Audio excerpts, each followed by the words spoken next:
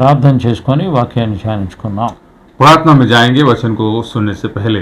ఘనుడు అయిన దేవా, सर्वशक्तिमान परमेश्वर, మీరు అనుగ్రహించిన సమయానికై మీకు వందనాలు చెల్లిస్తూ आपने जो समय दिया है उसके लिए आपको धन्यवाद देते हैं। మీరు మాట్లాడి మీ దీవెనలతో నింపండి. आप हमसे बोलिए, बातचीत कीजिए, आशीषों से भरिए। వినుచు ఉన్న ప్రతి శ్రోత మీ దీవెనలను పొందుటకు సహాయమును దయచేయమని, और जो भी इस सुसमाचार को देखते हैं उन सारे लोगों को आशीषित कीजिए। యేసు ప్రభు వారి నామమున అడుగుచున్నాము తండ్రి. ऐसा प्रभु यीशु मसीह के नाम से मांगते हैं पिता, आमीन। ఈ సమయంలో మనము పరిశుద్ధ లేఖనములో నుండి इस समय हम परमेश्वर के पवित्र वचन से నిర్గమకాండము 11వ అధ్యాయంలో చదువుకున్నామండి. निर्गमन की पुस्तक 11वां अध्याय में हम पढ़ेंगे। ఇక్కడ దేవుడు నేర్పేటువంటి కొన్ని పండుగలను జ్ఞాపకం చేస్తూ ఈ మాటలు చెప్పుచూ ఉన్నారు. यहाँ पर परमेश्वर कुछ त्योहारों के बारे में हमें बताते हैं। 11వ అధ్యాయము 11वां अध्याय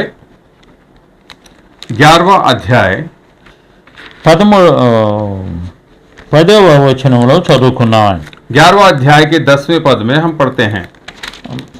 అంటే దానికంటే ముందుగా 11వ అధ్యాయం నుండి 13 అధ్యాయాల వరకు కూడా వీటిని గురించే దేవుడు సెలవిస్తూ ఉన్నాడు. और यहाँ पर 11वें अध्याय से लेकर 13वें अध्याय तक उन्हीं त्योहारों के बारे में परमेश्वर हमें यहाँ बताते हैं।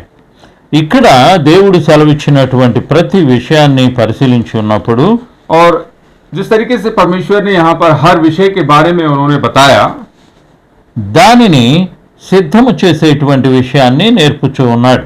और किस प्रकार से उसे तैयार करना है उसके बारे में परमेश्वर सिखाते हैं। 12వ అధ్యాయము మొదటి వచనములో, और 12वें अध्याय के पहले पद में మోషే అహరోనులు ఐగుప్తు దేశములో ఉండగా యెహోవా వారితో ఇలాగ సెలవిచ్చాను. और फिर यहोवा ने मिस्र देश में मूसा और हारून से कहा, నెలలలో ఈ నెల మీకు మొదటిది, ఇది మీ సంవత్సరమునకు మొదటి నెల. यह महीने तुम लोगों के लिए आरंभ का ठहरे, अर्थात वर्ष का पहला महीना यही ठहरे। ఇక్కడ దేవుడు సెలవిచ్చేటువంటి పస్కాని గురించి మనం చదువుతూ ఉన్నాం. यहाँ पर हम देखते हैं फसह का जो त्योहार है उसके बारे में हम पढ़ते हैं। ఒక గొర్రెను సిద్ధము చేసుకొని మీరు సిద్ధముగా ఉండండి అని దేవుడు సెలవిస్తూ ఉన్నాడు. यहाँ पर परमेश्वर कहते हैं कि एक भेड़ आप तैयार करें और उसके लिए तैयार रहें।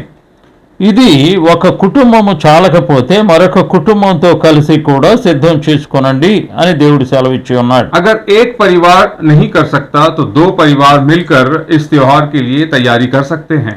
అది తయారు చేసి ఉన్నటువంటి సమయంలో ఎంత జాగ్రత్తలు దేవుడు సెలవిచ్చి ఉన్నాడంటే, और उसे बनाने के समय पे और बहुत ही सतर्कता से परमेश्वर करने के लिए ये यहाँ पर बताते हैं। 7వ వచనంలో చెప్పుతూ ఉన్న మాట, 7वें पद में यहाँ पर हम पढ़ते हैं, ఈ నెల 14వ దినము వరకు మీరు దాన్ని ఉంచుకొనవలెను. ఆ తర్వాత ఇశ్రాయేలీయుల సమాజము వారందరూ తమ తమ కూటములలో సాయంకాలమందు దాన్ని చంపి దాని రక్తమును కొంచెము తీసి తాము దాన్ని తిను ఇండ్ల ద్వారా బంధముల 2 నిలువు కమ్ముల మీదను పై కమ్మి మీదను చల్లి ఆ రాత్రి వారు అగ్ని చేత కాల్చబడిన మాంసమును పొంగని రొట్టెలను తినవలెను, చేదు కూరలతో దాన్ని తినవలెను.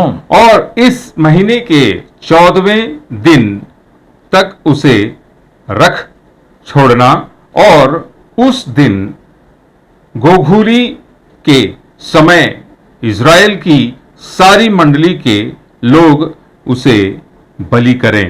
तब वे उसके लहू में से कुछ लेकर जिन घरों में मेमने को खाएंगे उनके द्वार के दोनों अलंगों और चौखट के सिरे पर लगाएं।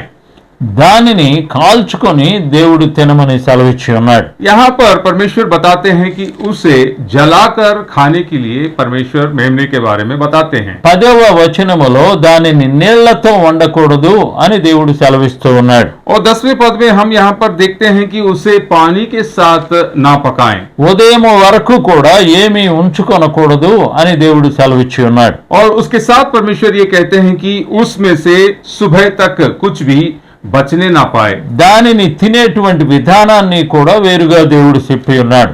और उसे खाने का जो तरीका है उसे भी एक भिन्न तरीके से परमेश्वर ने सिखाया है. 11వ వచనములో 11वें पद में మీ నడుము కట్టుకొని మీ చెప్పులు తొడుగుకొని మీ కర్రను చేతపట్టి త్వరపడుచు దాన్ని తినవలను, ఇది యెహోవాకు పస్కా బలి. और उसके खाने की यह विधि है, कमर बांधे, पांव में जूती पहने और हाथ में लाठी लिए हुए उसे फुर्ती से खाना, वह तो यहोवा का पर्व होगा. ఆ రాత్రిలో తెల్లవారేసరికి దాన్ని తినేసేయాలి అని దేవుడు సెలవిచ్చి ఉన్నాడు. परमेश्वर ने यहाँ पर आज्ञा दी है कि सुबह के होने से पहले उसे खत्म करना है, खा लेना है.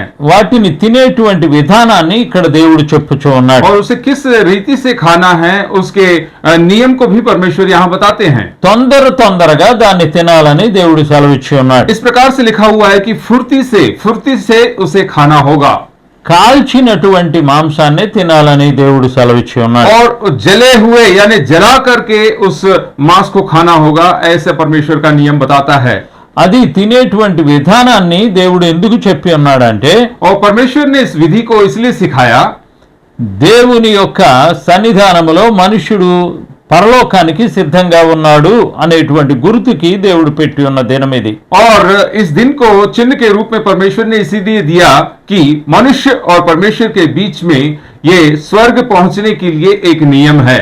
దేవుని ప్రజలైనటువంటి వాళ్ళు శాపగ్రస్తులుగా ఉండకూడదని దేవుడు పెట్టి ఉన్నటువంటి పండుగ ఇది. और परमेश्वर ने इस त्योहार को चिन्ह के रूप में इसीलिए भी रखा कि परमेश्वर के लोग उनके जीवन में किसी प्रकार का शाप न रहे, इसीलिए ऐसा नियम परमेश्वर ने बनाया. ఆ దినాలన్నిటిలో కూడా పులిసింది ఏది కూడా తినకూడదని దేవుడు సెలవిచ్చి ఉన్నాడు. और खमीर से बनी हुई कोई भी रोटी उसमें ना खाने के लिए परमेश्वर यहाँ पर आज्ञा देते हैं. 7 దినాలు కూడా పులియని వాటినే తినాలి అని దేవుడు సెలవిచ్చి ఉన్నాడు. और परमेश्वर ने यह भी बताया कि 7 दिनों तक बिना खमीर वाली रोटी को खाने के लिए परमेश्वर ने आज्ञा दी. మొదటి దినమందు पहले दिन ఆ రాత్రి సమయంలో उस रात के समय पे తెల్లవారేసరికి దాని రక్తాన్ని ద్వారబంధాల మీద వ్రాయవలసి ఉన్నారు. और सुबह होने से पहले जो उस मेमने का लहू है उसके अंगुलों पर और चौखट पे लगाने के लिए परमेश्वर की आज्ञा है. ఈ 7 దినాలు కూడా ये 7 दिन పులియని వాటినే తినాలని దేవుడు హెచ్చరించి ఉన్నాడు. बिना खमीर की रोटियों को खाने के लिए परमेश्वर यहाँ पर आज्ञा देते हैं. పులిసిన దానిని తినకూడదని దేవుడు చాలా జాగ్రత్తగా ఈ మాటలను సెలవిచ్చి ఉన్నాడు. और बहुत ही सतर्कता से परमेश्वर और चिन्ह के रूप में ये जो दिन हमें दिए हैं उसमें कहते हैं कि खमीर वाला रोटी कोई भी ना खाएं. 18వ వచనం నుండి 18वें पद में మొదటి నెల 14వ దినము సాయంకాలం మొదలుకొని ఆ నెల 21వ దినము సాయంకాలం వరకు మీరు పులియని రొట్టెలను తినవలెను. पहले महीने के 14वें दिन की सांझ से लेकर 21वें दिन की सांझ तक तुम अखमीरी रोटी खाया करना. 7 దినాలు కూడా పులిసింది ఏది కూడా తినకూడదని దేవుడు సెలవిచ్చి ఉన్నాడు. 7 दिन तक बिना खमीर वाले रोटियों को खाने के लिए परमेश्वर यहाँ आज्ञा देते हैं. వీటినే యేసు ప్రభు వారి దినాలు తర్వాత और इन दिनों के बाद जब प्रभु यीशु मसीह के जो दिन हैं, అపోస్తులైనటువంటి పౌలు 1వ కొరింథీయులకు రాస్తున్నటువంటి పత్రికలో और प्रेरित पौलुस यहाँ पर पहला कुरिन्थियों के पुस्तक में यहाँ पर हमें बताते हैं 5వ అధ్యాయము 1వ కొరింథీ 5వ అధ్యాయము पहला कुरिन्थियों 5वां अध्याय మొదటి వచనంలో ఉన్న మాటని మనం చదువుకున్నాం. पहले जो वचन में जो बात है उसे हम पढ़ेंगे. మీలో జారత్వం ఉన్నదని వదంతి కలదు, మీలో ఒకడు తన తండ్రి భార్యను ఉంచుకున్నాడట, ఇట్టి జారత్వము అన్యజనులలోనైనను జరుగదు. और यहाँ पर एक व्यभिचार के बारे में प्रभु यीशु मसीह बताते हैं कि एक पुत्र जो है अपने ही माँ के साथ जो व्यभिचार का कार्य है उसके बारे में यहाँ पर बताते हैं। ఇట్లుండి కూడా మీరు గర్వించుచు ఉన్నారు అని భక్తుడు హెచ్చరిస్తూ ఈ మాటలు చెప్పుచూ ఉన్నాడు. यहाँ पर ऐसे होकर भी तुम इस घमंड से भरे हुए हो, इसकी बात परमेश्वर अपने दास के द्वारा यहाँ पर चेतावनी देते हैं। 4వ వచనములో మనం చదువుకున్నట్లయితే चौथे पद में जब हम देखते हैं, ఏమనగా ప్రభువైన యేసు దినమందు వాని ఆత్మ రక్షించబడినట్లు శరీరేచ్ఛలు నశించుటకై మన ప్రభువైన యేసుక్రీస్తు నామమున మీరును నా ఆత్మయును మన ప్రభువైన యేసుక్రీస్తు బలముతో కూడి వచ్చినప్పుడు ఇటివానిని సాతానుకు అప్పగించవలెను.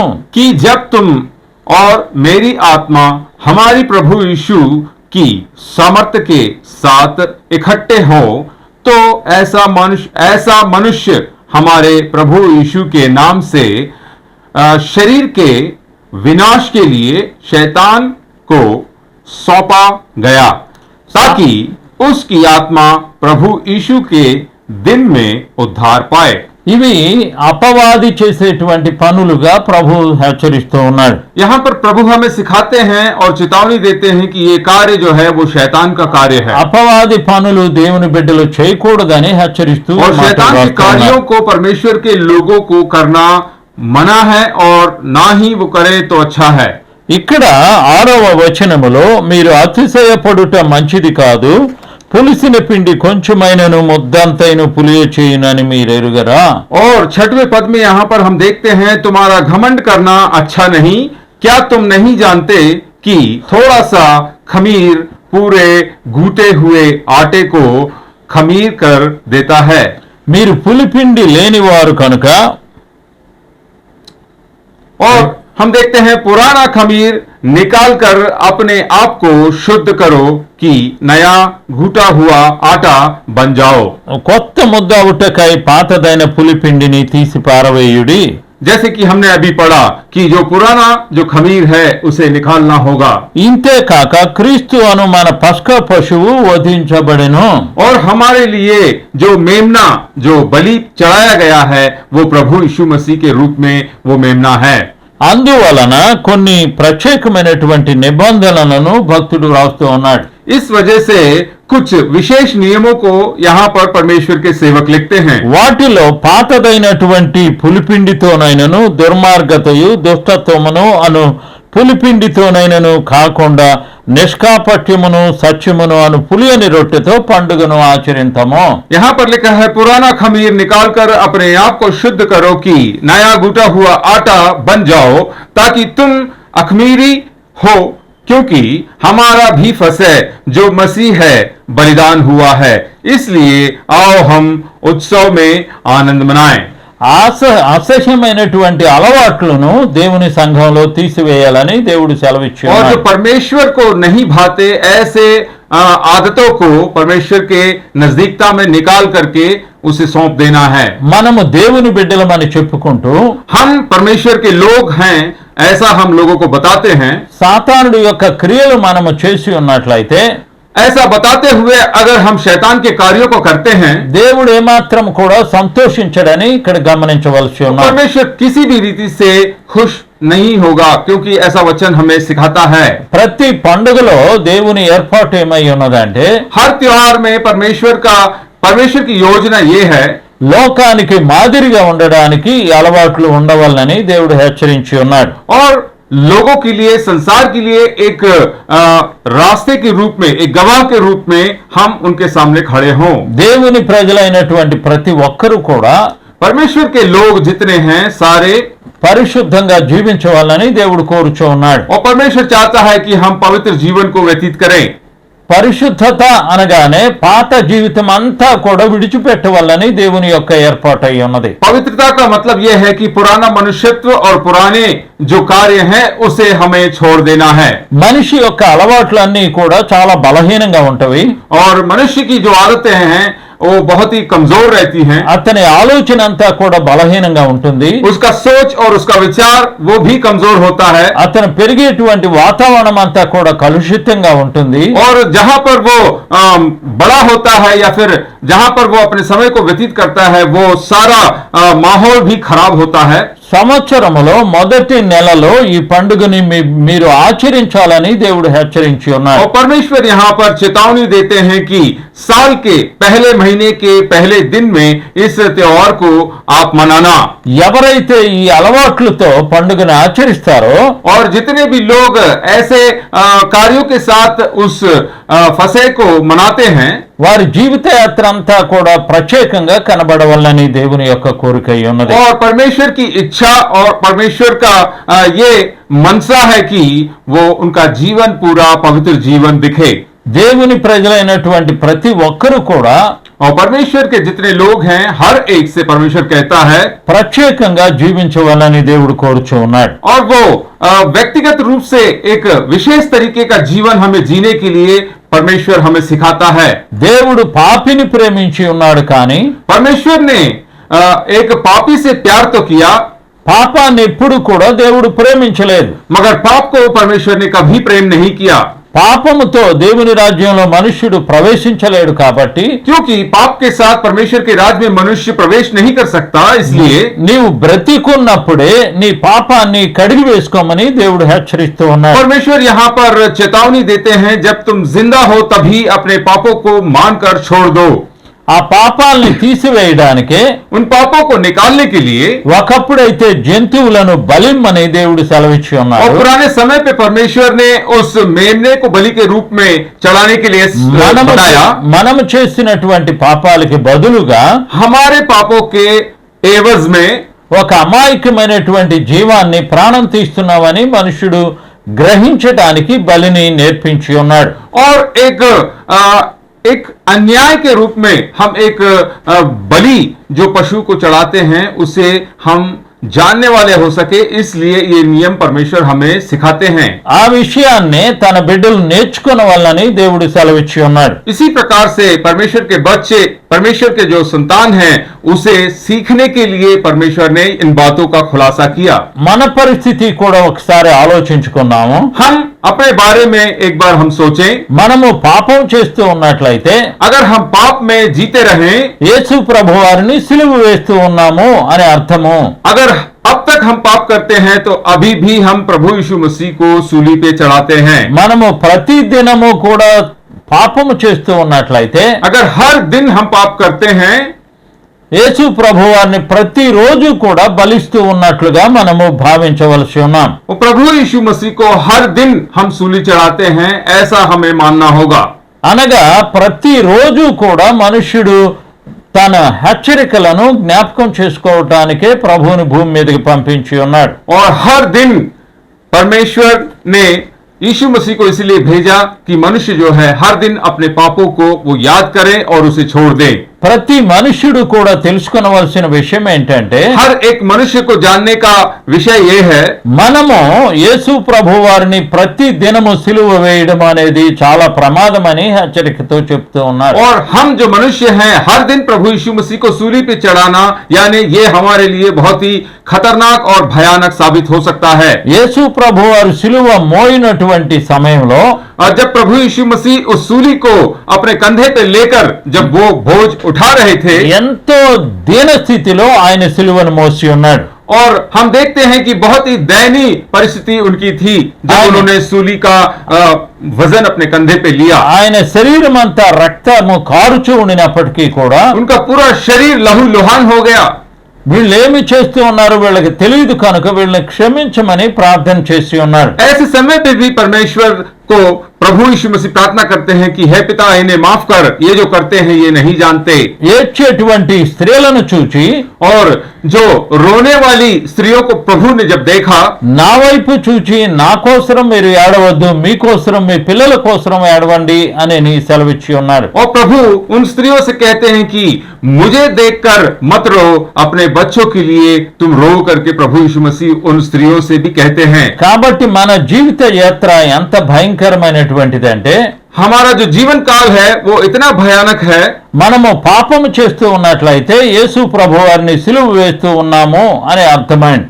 अगर हम फिर भी पाप करते रहते हैं तो इसका मतलब यह है कि हर दिन हर बार जब पाप करते हैं हम प्रभु यीशु मसीह को सूली पे चढ़ाते हैं। ప్రభువు పొందేటువంటి ఆ భయంకరమైన వేదనను మనుషుడు జ్ఞాపకం చేసుకోవడానికి దేవుడు ఈ మాటలు చెప్తూ ఉన్నాడు. परमेश्वर हमें ये बातों को इसीलिए बताते हैं कि किस प्रकार से प्रभु यीशु मसीह ने हमारे लिए उस भयानक पाप के एवज में उन्होंने सूली पर अपने आप को चढ़ाया।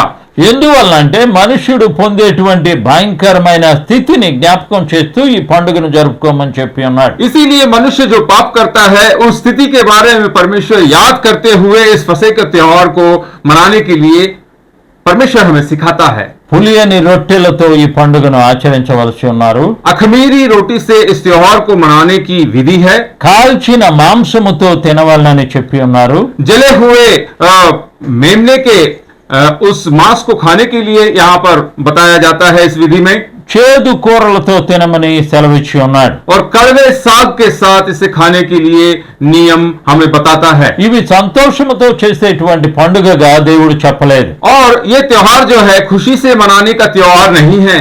ఎందువల్ల అంటే దేవుని ప్రజలైనటువంటి వారు क्योंकि परमेश्वर के लोग जो हैं వారి జీవిత యాత్ర అంతటిలో పొంది ఉన్న భయంకరమైన పాపాలని జ్ఞాపకం చేసుకుంటూ ఈ విషయాల్ని ఆలోచించుకుంటా ఆ పులియని రొట్టెల పండుగ చేయవలసి ఉన్నారు. और परमेश्वर इन बातों को इसीलिए हमें याद दिलाते हैं कि जो पाप मनुष्य ने किया है उन पापों को याद करते हुए ये अखमीरी रोटी का फसह का त्योहार मनाने के लिए परमेश्वर हमें सिखाते हैं। మనము చేసి ఉన్నటువంటి పొరపాట్లకు బదులుగా हमारी गलतियों के वजह से एवज में యేసు ప్రభు వారు సిలువలో వధించబడి ఉన్నారు. यीशु मसीह जो है वो सूली पर चढ़ाए गए।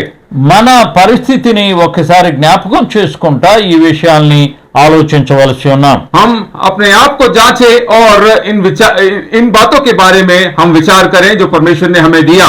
మన ద్వారబంధాల మీద వ్రాయమని చెప్పి ఉన్నారు. उसने कहा कि हमारे चौखटों पर वो लहू लगाया जाए। ఎందువల్ల అంటే రక్తముతో నింపబడి ఉన్నటువంటి ఇంటిలో మనము జీవించుచూ ఉన్నామని జ్ఞాపకం చేయడానికి దేవుడు పెట్టి ఉన్నాడు. क्योंकि उस लहू में हम पूरी तरह भीग चुके, यानी उस पाप में हम भीग चुके हैं। इसीलिए परमेश्वर हमें याद दिलाता है कि उस मेमने के लहू को अपने द्वार के चौखट पे लगाओ। మనము జీవించి ఉన్న జీవిత యాత్రను జ్ఞాపకం చేస్తూ దేవుడి మాటలు చెప్పుచూ ఉన్నాడు. जिस जीवन को हमने व्यतीत किया है उस जीवन को परमेश्वर हमें याद दिलाते हुए इन बातों के बारे में सिखाते हैं।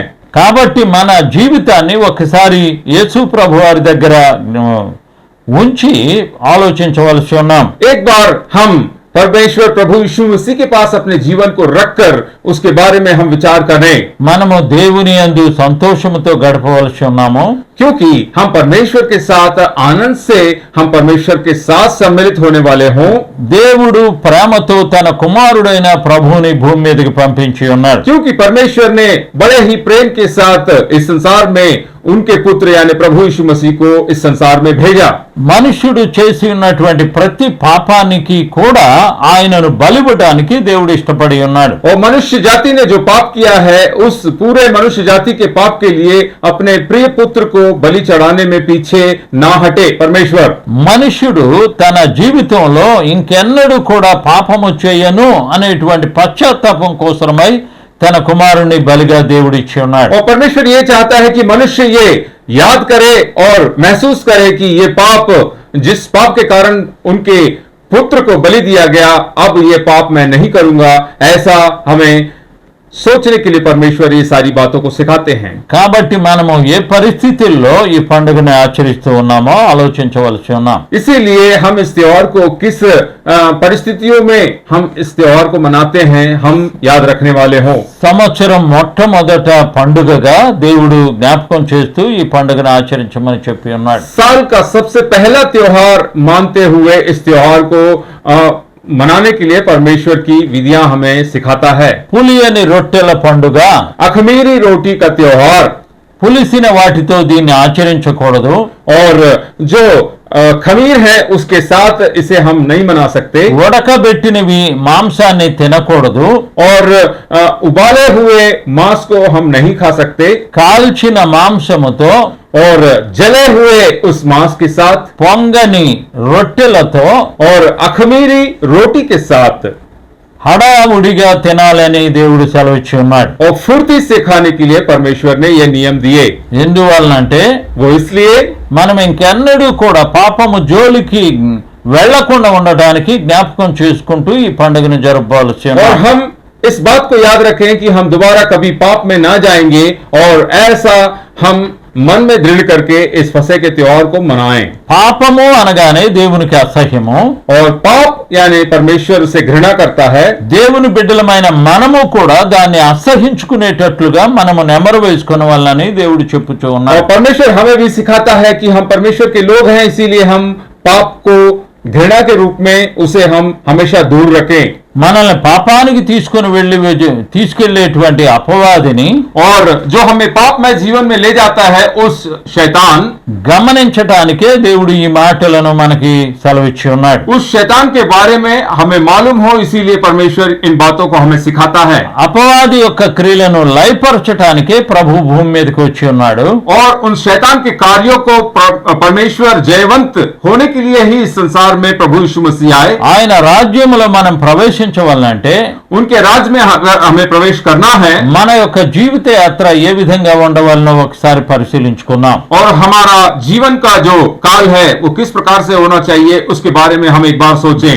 దేవుని ప్రజలైనటువంటి వారు परमेश्वर के लोग దేవునితో ఉండడానికి దేవుడు నేర్పించి ఉన్నటువంటి పాఠాలని గమనించవలసి ఉన్నాం. और परमेश्वर के साथ रहने के लिए परमेश्वर के लोगों को इन अध्यायों के बारे में परमेश्वर हमें सिखाता है, ऐसा हम याद रखें। మనము ఏ స్థితిలో దేవుని దగ్గర జీవించుచూ ఉన్నామో, हम किस परिस्थिति में परमेश्वर के पास हम जीवन को व्यतीत कर रहे हैं, పరీక్షించుకోవాలని దేవుడు ఈ పండుగను ఆచరించమని చెప్పి ఉన్నారు. और एक बार अपने आप को जांचने के लिए परमेश्वर इस त्योहार को मनाने के लिए नियम बताते हैं। ఈ పండుగను ఆచరించేటువంటి మనము और इस त्योहार को मनाने वाले हम सब लोग మన స్థితిని జ్ఞాపకం చేసుకోవాలని एक बार हम अपने जीवन को सोचने वाले, विचार करने वाले हों, ప్రభు పేరుతో మనవి చేస్తూ ఉన్నాను. ऐसा विनती मैं प्रभु के नाम से आप सबों से करता हूं। ప్రార్థన చేసుకున్నాం. आइए हम प्रार्थना में जाएंगे। ఘనుడు అయిన దేవా, सर्वशक्तिमान परमेश्वर, మొదటి నెలలో జరుపుకున్నటువంటి పండుగలో और पहले महीने इस मनाए जाने त्योहार के बारे में పాపాన్ని అసహించుకునేటువంటి జీవితాన్ని మేము నేర్చుకోవడానికి మీరు ఈ పండుగను మా కొరకు పెట్టి ఉన్నారు. पाप से घृणा करने के लिए, पाप से अलग होने के लिए इस त्योहार को आपने हमारे बीच में रखा। మా కొరకై యేసు ప్రభు వారిని భూమి మీదకి పంపించి ఉన్న దేవుడవు మీరు. और हमारे लिए इस संसार में प्रभु यीशु मसीह को भेजने वाले परमेश्वर हो आप। ఆయన విలువైన రక్తములో మా దోషములను కడిగి శుద్ధీకరించమని మనవి చేస్తూ ఉన్నాం. और उनके अमूल्य लहू के कारण हमें आप शुद्ध करके एक नए जीवन में आप हमें ले जाने के लिए बताते हैं। మేము పరిశుద్ధమైన జీవితాన్ని నేర్చుకొనవలసి ఉన్నామని ఈ పాఠము ద్వారా గమనించుటకు సహాయమును దయచేయండి. और इस अध्याय के द्वारा हम पवित्र जीवन को प्राप्त करें और पवित्र जीवन को व्यतीत करें, ऐसा विचार हर एक के मनुष्य में और हृदय में डालिए। ఈ మనవులన్నీ కూడాను యేసు ప్రభు వారి అతి పరిశుద్ధ నామమున అడుగుచూ ఉన్నాము తండ్రి. इस सारी विनतियों को प्रभु यीशु मसीह के पवित्र और अति पवित्र नाम से हम मांगते हैं पिता, आमेन।